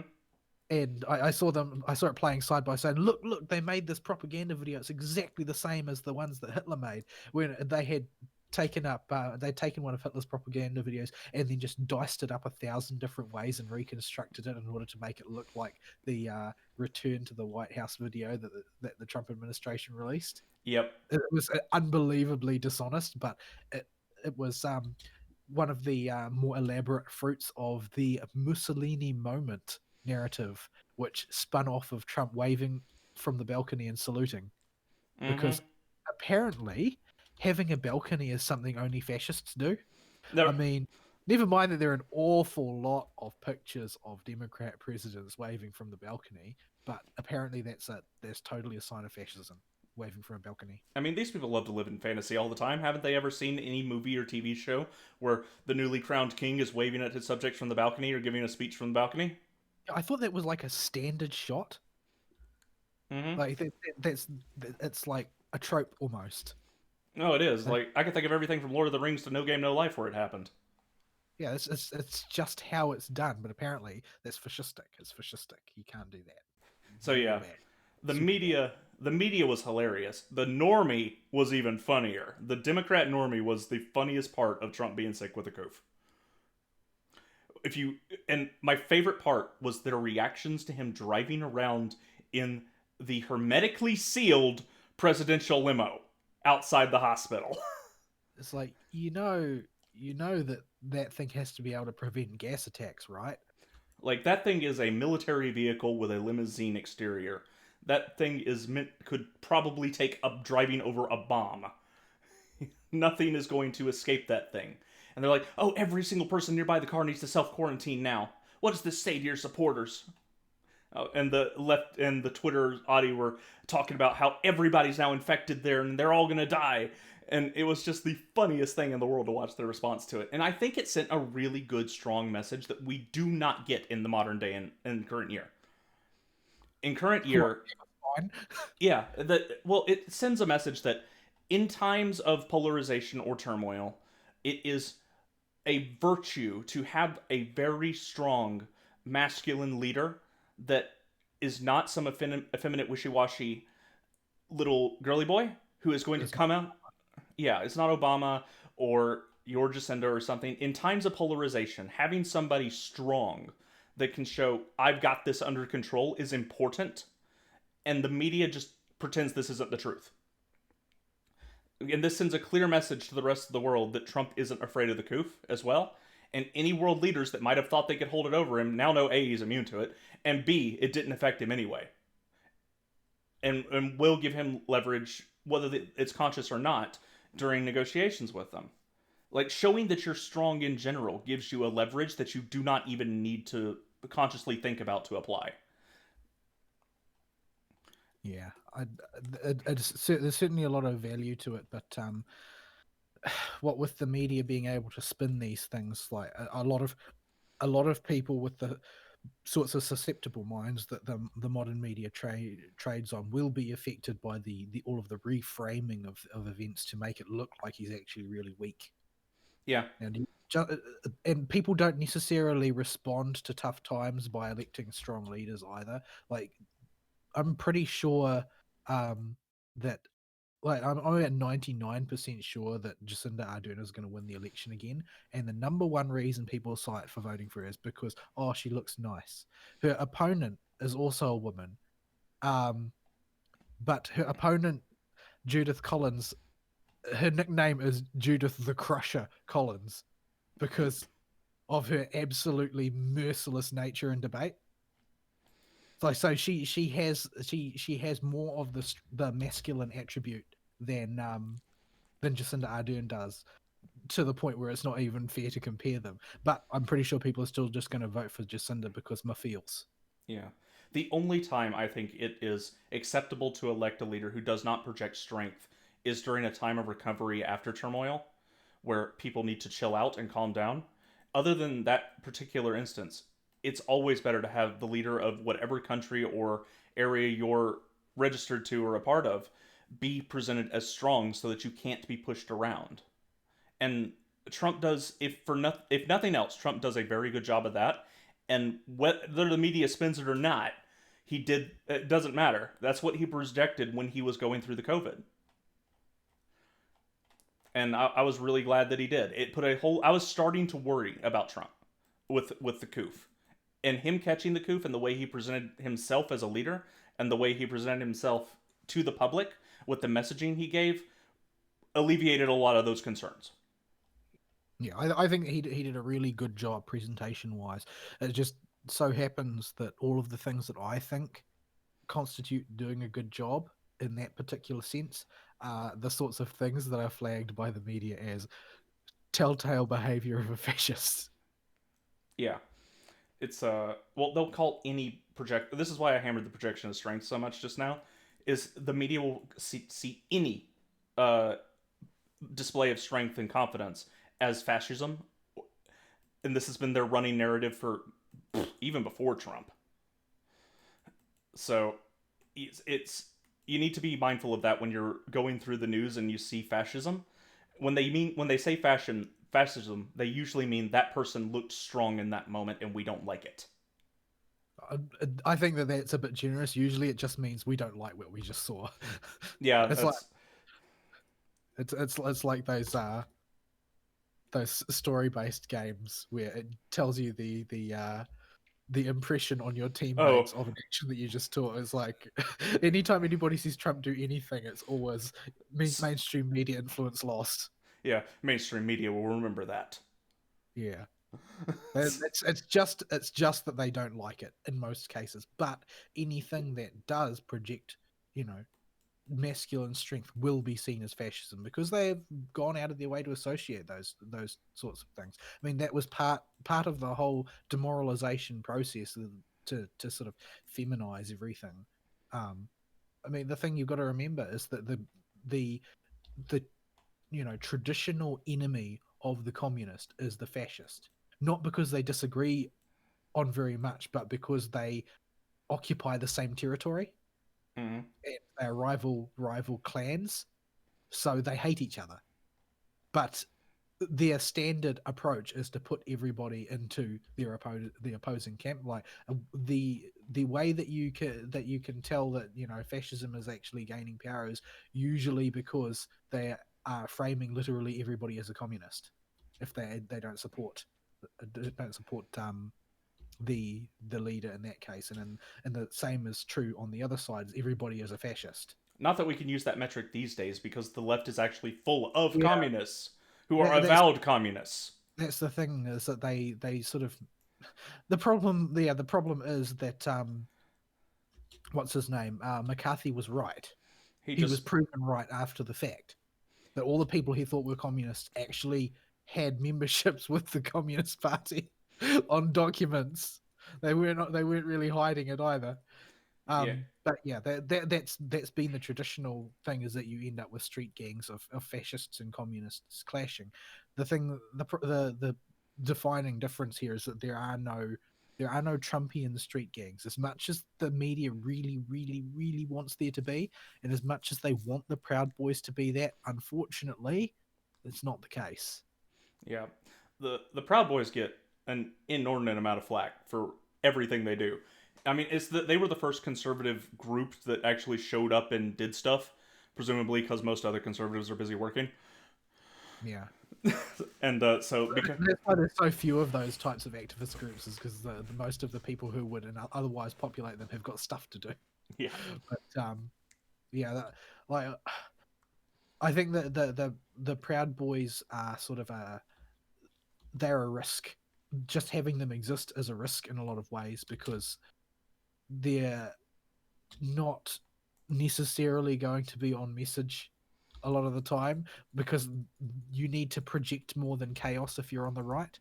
I think they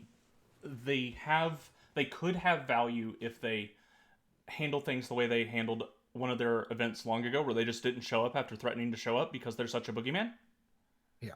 and they can use that to put spotlights on what the left's doing even harder.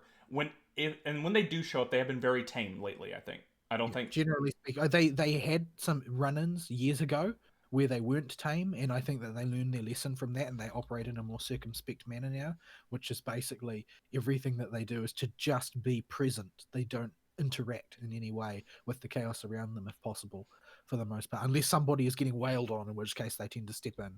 But from what I've heard, they're pretty judicious about the way they interact with others now, because they know that the media guns are on them at all times, so they react accordingly, and they've been pretty adaptable as well. Like I know that recently on the Twitter, George Takei, who is one of the most sociopathic leftists on Twitter, um, he organized a thing to basically he wanted to hijack the uh the Proud Boys as a hashtag for basically sending gay porn to the Proud Boys.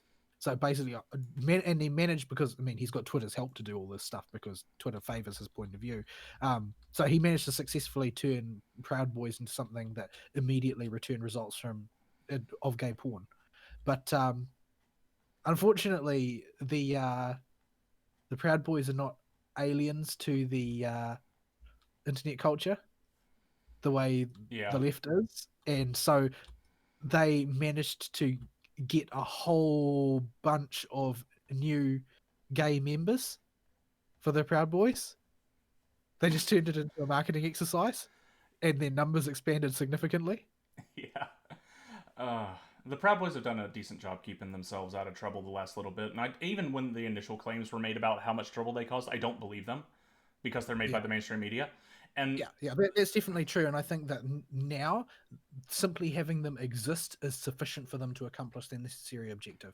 yeah, they are only a liability in the same way that any group that is partisan that has the spotlight on it is a liability, and that they will. Everything that they do is going to be under the microscope. Yeah, but any group would have that. The Proud Boys specifically are not special in that regard. Yeah, So uh, they because they have been under the microscope in the past, though. I feel like they can do their job just by existing now yeah, and I think because that has they value. ever present, terrifying boogeyman to the left, and because they take that whole Proud Boys thing too seriously, so they send in their teams armed, and this is like with the firearm situation. You give a lefty a weapon and they can't help but use it. They can't stop themselves. They go Mm-hmm. mad with power. So so they always end up getting themselves in trouble. Yep. And it's just because somewhere a proud boy might be watching, they become paranoid, they become aggressive, they out themselves for what they really are, which is domestic terrorists. Yep. So, so yeah, that's all the events that happened in the past couple weeks that are of note. A few minor things happened, but they're not worth really going and diving into with the time we've gone. So, 2.5 more months to go. What have you got for us, 2020? yep, the October surprise from Durham has been delayed. Apparently, I think Durham's getting cold feet because he's scared Biden might win. Um, and this just goes to show you why the polls are dangerous to take them too seriously. Because there's a job that Durham has to do to put people in jail so that this kind of corruption never happens again. And if he's seriously holding this stuff back until after the election because he's afraid Biden might win, then that's unconscionable. I think there's another dude, Ray, who I haven't looked into too much of what he's done, but the Donald seems to really be mad at him right now. So I forget what he heads and why they think he needs to be fired. So I'll have to look into that a bit later. But yeah, So there was another thing that happened, but I don't know enough about it to make it into a topic. But I hear there was a whole bunch of documents got released. yeah, I haven't taken the time to parse through them myself or look at the HK-47 breakdown on the farms, because it was a lot of documents from what I understand. Well, if it gets any media attention, which it won't, it'll be a big deal. But it's intimately involved in revealing the involvement of a lot of members of the previous administration in the Russia scandal and the particular individuals who knew about it, Yeah, involving some rather big names like Barack Obama and Joe Biden. yeah, But maybe if something comes of that, maybe we can talk about that on another episode. yeah. I would love to get into an Obamagate episode at some point, but we just need some media to pick up on it. We may have to help add to the noise by doing an episode on it, just because it is. There's a line between conspiracy theory and the common tongue, and an actual conspiracy that you have ample evidence in front of your face to say that's not a theory anymore. That happened. So I would love to get into that, but until we get some kind of hook to run with it, we'll have to put that one on the back burner. So all the more reason to get out and vote in November, folks. We want Trump elected so that we get to call out Obama for breaking the law and all his subservient staff that followed along with him. So I think that about wraps our topics up. You got anything else before we sign off? No, I think that's about it. Alrighty then. We will be back with another episode when there's more political stuff to speak about. We'll see you then.